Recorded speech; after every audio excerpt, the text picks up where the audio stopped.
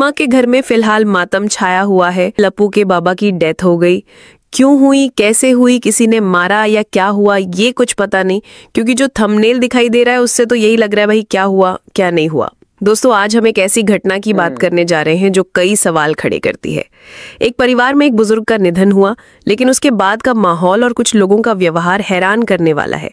ये कहानी आपको ये सोचने पर मजबूर करेगी कि क्या परंपराएं और संवेदनशीलता आज भी मायने रखती हैं। तो आइए इस घटना को समझने की कोशिश करते हैं और जानते हैं कि आखिर माजरा क्या है।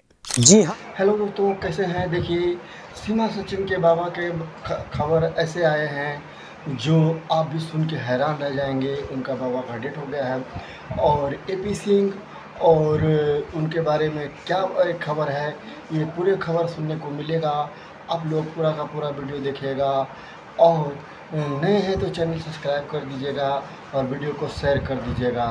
तो आइए वीडियो हम आपको पूरा दिखाते हैं। वीडियो पूरा का पूरा देखिएगा और चैनल सब्सक्राइब करना नहीं भूलिएगा। दोस्तों, आज हम एक ऐसी घटना की बात करने जा रहे हैं जो कई सवाल खड़े करती है। एक परिवार में एक बुजुर्ग का निधन हुआ, लेकिन उसके बाद का माहौल और कुछ लोगों का व्यवहार हैरान करने वाला है। ये कहानी आपको ये सोचने पर मजबूर करेगी कि क्या परंपराएं और संवेदनशीलता आज भी मायने रखती हैं। तो आइए इस घटना को समझने की कोशिश करते हैं और जानते हैं कि आखिर माजरा क्या है। हाल ही में सीमा और सचिन के परिवार में एक दुखद घटना घटी। उनके बाबा, जो परिवार के बड़े बुजुर्ग थे, उनका निधन हो गया। ये खबर सुनकर हर किसी को दुख हुआ, क्योंकि एक परिवार का बड़ा बुजुर्ग न सिर्फ उस घर का बल्कि पूरे समुदाय का एक महत्वपूर्ण हिस्सा होता है। हमारी संस्कृति में बुजुर्गों को बहुत सम्मान दिया जाता है और उनकी मृत्यु पर शोक मनाना हमारी परंपराओं का हिस्सा है। लेकिन इस घटना के बाद कुछ ऐसी बातें सामने आईं जो कई सवाल खड़े करती हैं। खबरों के मुताबिक बाबा का निधन रात को हुआ, लेकिन अगली सुबह सीमा हैदर, जो इस परिवार से जुड़ी हैं, एक वीडियो पोस्ट किया। सवाल यह है कि क्या उन्हें इस दुखद खबर की जानकारी थी? अगर थी तो क्या ये समय वीडियो पोस्ट करने का था? दूसरी तरफ बबीता रानी, जो सीमा की करीबी रिश्तेदार बताई जाती हैं, एक लंबे लाइव सेशन में नजर आई। इस लाइव में वो सामान्य रूप से बात कर रही थी और कुछ लोग कह रहे हैं कि वो खा रही थी और हंस रही थी। हमारी सनातन परंपराओं में जब किसी परिवार में मृत्यु होती है तो कुछ खास रीति रिवाजों का पालन किया जाता है।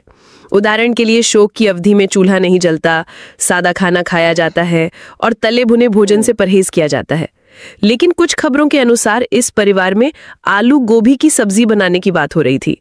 ये सुनकर कई लोग हैरान हैं, क्योंकि ये हमारी परंपराओं से मेल नहीं खाता। बबीता रानी ने अपने लाइव में कहा कि उन्हें बाबा के पास जाने का समय नहीं मिला।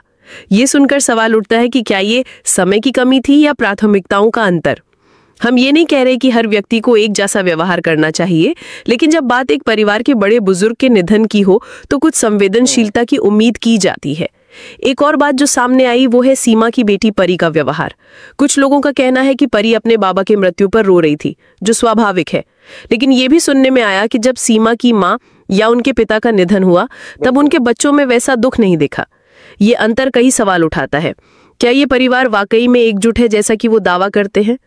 हमारी संस्कृति में जब एक घर में शोक होता है तो पूरी बिरादरी उस दुख में शामिल होती है, लेकिन इस मामले में ऐसा कुछ देखने को नहीं मिला। बबीता रानी का लाइव सेशन, जिसमें वो सामान्य रूप से बात कर रही थी और कुछ लोगों के अनुसार खा रही थी, ने कई लोगों को हैरान किया। सवाल ये है कि क्या ये व्यवहार उस दुख के साथ मेल खाता है जो एक बड़े बुजुर्ग के निधन पर होना चाहिए? कुछ लोग ये भी कह रहे हैं कि सीमा और उनके परिवार की हरकतों ने सचिन के परिवार पर दबाव डाला। बाबा, जो पहले से बुजुर्ग थे, शायद इस तनाव को सहन नहीं कर पाए।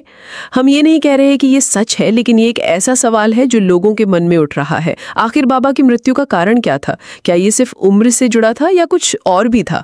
इस परिवार को कुछ लोग सनातनी कहते हैं, लेकिन उनके व्यवहार ने कई लोगों को निराश किया है। सनातन धर्म में शोक के समय संयम और सादगी की बात की जाती है, लेकिन अगर कोई परिवार इन परंपराओं का पालन नहीं करता तो क्या उन्हें सनातनी कहना उचित है? ये एक ऐसा सवाल है जिस पर हमें विचार करना चाहिए। बबीता रानी का रवैया भी कई सवाल उठाता है। वो हर उस मौके पर मौजूद रहती हैं जहां खुशी का माहौल हो। उदाहरण के लिए, कुछ समय पहले उनके बेटे के जन्मदिन पर सीमा और बबीता रानी ने खूब उत्सव मनाया, लेकिन जब बात दुख की आई तो वो गायब रहीं और घर से लाइव सेशन कर रही थी। ये व्यवहार कई लोगों को अटपटा लगा। सोशल मीडिया का प्रभाव। सोशल मीडिया ने इस परिवार को बहुत चर्चा में ला दिया है। सीमा और उनके परिवार को मीडिया और पब्लिक ने इतना हाइप दिया कि वो खुद को बड़े सितारे समझने लगे हैं। लेकिन सवाल ये है कि क्या ये हाइप सही है क्या हमें हर उस व्यक्ति को बढ़ावा देना चाहिए जो सोशल मीडिया पर चर्चा में आ जाता है, खासकर तब जब उनके व्यवहार से हमारी परंपराओं और संस्कृति पर सवाल उठे? हमारा मकसद किसी को गलत ठहराना नहीं है, हम बस ये चाहते हैं कि लोग अपनी संस्कृति और परंपराओं का सम्मान करें। अगर कोई परिवार सनातनी होने का दावा करता है तो उनके व्यवहार में वो संस्कृति दिखनी चाहिए, लेकिन अगर ऐसा नहीं है तो हमें ये सवाल उठाने का हक है। इसके साथ अब बात करते हैं सीमा हैदर एपी सिंह के हवाले से। दोस्तों, सीमा हैदर केस के हवाले से और एपी सिंह साहब के हवाले से, एपी सिंह साहब ने 15 अगस्त के बाद एक वीडियो बनाई जिसमें उन्होंने कहा कि सीमा हैदर ने भारत में आकर सचिन से निकाह कर लिया है और निकाह के बाद एक बेटी को जन्म दे दिया है। इसके बाद अब वो पाकिस्तान की नागरिक नहीं रही बल्कि भारतीय नागरिक बन चुकी हैं। उन्हें अब पाकिस्तानी नागरिक ना कहा जाए बल्कि भारतीय नागरिक कहा जाए, इसके हवाले से मैं बात करूंगा। सबसे पहली बात, अगर उनकी शादी को अभी तक किसी भारतीय विवाह पंजीकरण प्राधिकरण ने सत्यापित नहीं किया तो उनका मैरिज रजिस्ट्रेशन सर्टिफिकेट कहाँ है, वो दिखाएं। दूसरी बात, इस शादी को मोहम्मद मलिक साहब ने अदालतों में चैलेंज किया हुआ है और इसके खिलाफ ऑर्डर लिए हुए हैं। जिस पंडित ने ये शादी करवाई उसने अदालत में स्टेटमेंट दे दिया कि इस शादी की कोई हैसियत नहीं है। यही वजह है कि ये 3-3 बार शादियां दोहरा चुके हैं, क्योंकि ये खुद कंफ्यूज्ड हैं और बार बार झूठ को सच साबित करने की नाकाम कोशिश कर रहे हैं। दूसरी बात, अगर मान लिया गया कि इन्होंने शादी कर ली और बच्ची को जन्म दे दिया तो भी पाकिस्तान की नागरिकता खत्म नहीं होती और ना ही अवैध प्रवेश का जुर्म मिटता है। इसका शादी से कोई ताल्लुक नहीं है। ऐसी कई मिसालें हैं। हाल ही में एक पाकिस्तानी लड़की ने भारत में शादी की, बच्चा पैदा किया, लेकिन पहलगाम इंसिडेंट के बाद उसे वापस भेज दिया गया। इसी तरह मेडिकल ट्रीटमेंट के लिए पाकिस्तान से लोग भारत आते थे, खासकर लिवर ट्रांसप्लांट के लिए, क्योंकि भारत में यह सस्ता है। सार्क यूनियन के तहत 1992 के एग्रीमेंट के आधार पर उन्हें वीज़ा मिलता था, लेकिन पहलगाम इंसिडेंट के बाद प्रॉपर वीज़ा वालों को भी डिपोर्ट कर दिया गया। इसके अलावा पाकिस्तान के सिंध के घोटकी इलाके की 2 दुल्हनें जिनके भारत में रिश्तेदार थे, वो विजिट के लिए आईं, शादी हुई, लेकिन जब उन्होंने पाकिस्तान से भारत के लिए वीज़ा अप्लाई किया तो नहीं मिला। 2023 में उनकी शादी हुई, लेकिन अप्रैल 2025 तक 1.5 साल की स्ट्रगल के बाद ही उन्हें वीज़ा मिला। पहलगाम इंसिडेंट के बाद उन्हें भी डिपोर्ट कर दिया गया। सवाल ये है कि सीमा हैदर के लिए अलग प्रोटोकॉल क्यों? अवैध प्रवेश, एक से ज्यादा मोबाइल फोन, व्हाट्सएप नंबर और क्लियर सबूत होने के बावजूद इसे भारत में प्रमोट क्यों किया जा रहा है? सिस्टम इसे क्यों सपोर्ट कर रहा है? एपी सिंह, जो इसके वकील हैं, किस आधार पर दलीलें दे रहे हैं? हाल ही में जुगल किशोर साहब और उनकी टीम ने यूपी स्टेट से जवाब मांगा, फिर सुप्रीम कोर्ट में याचिका दायर की, लेकिन अभी तक कोई जवाब नहीं आया कि सुप्रीम कोर्ट ने कोई ऑर्डर दिया या नहीं। ये सारी चीजें पाइपलाइन में हैं। मैं सिर्फ इतना कहूंगा कि बार बार झूठ को दोहराकर इसे सच साबित करने की कोशिश की जा रही है। अगर भारत की अदालतें और सिस्टम कानून के मुताबिक चले तो सीमा को नागरिकता नहीं मिलनी चाहिए, बल्कि इसकी जांच होनी चाहिए। अगर ये सिर्फ अवैध प्रवेश का मामला है तो इसे डिपोर्ट किया जा सकता है, वरना जेल में सजा हो सकती है। लेकिन कुछ लोग कहते हैं कि ये एजेंट हो सकती है। सवाल है, क्या ये पाकिस्तानी एजेंट है या भारतीय एजेंट? अगर पाकिस्तानी एजेंट होती तो इसे सेलिब्रिटी बनाकर नहीं रखा जाता। शायद ये भारतीय रॉ एजेंट हो जिसे प्रोटोकॉल दिया जा रहा हो।